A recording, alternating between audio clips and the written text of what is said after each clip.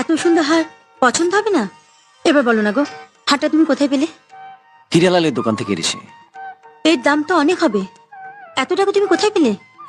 বর্দা যেমন হিরালালের কাছ থেকে তোমার গয়নাগুলো ধার করে নিয়ে এসছে, বলেছে যে প্রভিডেন্ট ফান্ড থেকে লোন পেলে শোধ দিয়ে দেবো।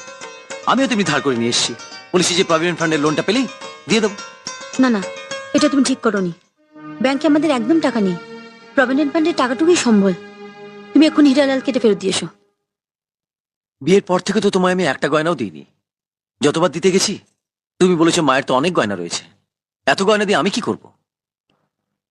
মায়ের গয়নাগুলো তো সব গেছে। মেয়েদের কাছে তার স্বামী সব থেকে বড় অলংকার। তুমি এমনি করে আমায় ভালোবেসো, আমার আর অন্য কোনো অলংকারের দরকার নেই। কোথায় ভাবলাম যে হারটা পেলে তুমি খুশি হবে।